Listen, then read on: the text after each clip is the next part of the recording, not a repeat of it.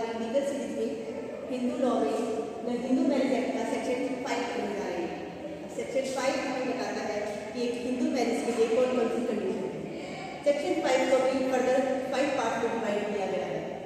तो उसका first part, section 5 का फर्स्ट पार्ट बोलता है कि मोनोगैमी होना चाहिए एंड बाइगैमी नहीं होनी चाहिए। बाइगैमी अलाउड नहीं है हमारे हिंदू लॉ में। कोई भी आपका कोई भी पार्टी का spouse at the time of marriage living नहीं होना चाहिए। अगर फिर भी कोई ऐसा करता है तो इस मैरिज को वॉइड बोला जाएगा। ये मैरिज मैरिज नहीं है। तो इसी सेक्शन में Hindu marriage act section 1955 act 1955 के सेक्शन 13 में इस मैरिज को वॉइड मैरिज बता दिया गया और इसके लिए पनिशमेंट भी इसी सेक्शन के सेक्शन 70 में दी गई है। इसके सेकंड पार्ट सेक्शन 5 के सेकंड पार्ट में मेंटल हेल्थ की बात की गई है, जिसको फर्दर 3 पार्ट में डिवाइड किया गया है। फर्स्ट पार्ट बोलता है unsound of mind, second mental disorder, third recurrent attack of insanity.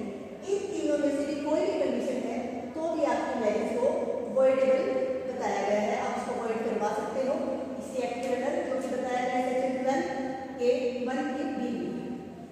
Third condition क्या दी गई है, हमारी एज से दी गई है। इसमें बताया गया है कि ब्राइडग्रूम की एज 21 ईयर होनी चाहिए और ब्राइड की 18 ईयर, यानी लड़के की 21 साल और लड़की की 18 साल।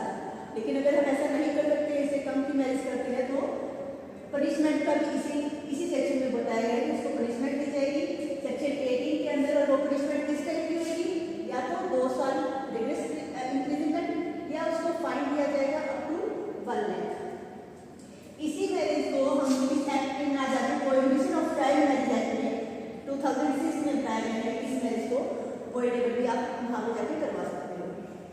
फिर हमारा आता है फोर्थ पार्ट सेक्शन 5 के अंदर। इसमें बोला गया है कि प्रोहिबिशन रिलेशनशिप, यानी जो कि डिफाइन है सेक्शन 3 के जी पार्ट में। यहाँ हमें जी में बताया गया कि कौन कौन सी ऐसी रिलेशनशिप है जहाँ पे हम मैरिज नहीं कर सकते, लेकिन फिर भी आप वहाँ पर जाके मैरिज करते हो तो सेक्शन 11 बोलता है कि वो मैरिज वॉइड कर दी जाएगी, उस मैरिज को वैलिड मैरिज का स्टेटस नहीं मिलेगा।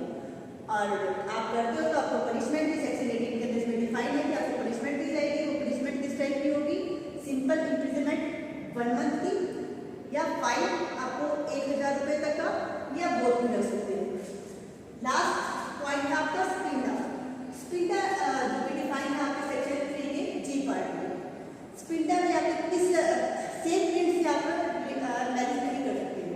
सेम फील्ड के अंदर कौन कौन आएंगे वो सब आपके 3 के जी में बताया गया है। अगर फिर भी आप सेम फील्ड में मैरिज करते हैं तो वो मैरिज क्या कहलाएगी, वॉइड, जो कि हमें सेक्शन 11 में बताया गया है। अगर आपने की तो सेम आपको पनिशमेंट मिलेगी, सेक्शन 18 में बता दिया, या तो सिंपल इम्प्रिजनमेंट मिलेगी, या इम्प्रिजनमेंट मिलेगी 1 मंथ की, या फाइन लगेगा 1000 रुपीज या 2 लग सकते हैं। तो गाइस ये हमने पढ़ा आज कंडीशन ऑफ हिंदू मैरिज। अगर हम ये बात करें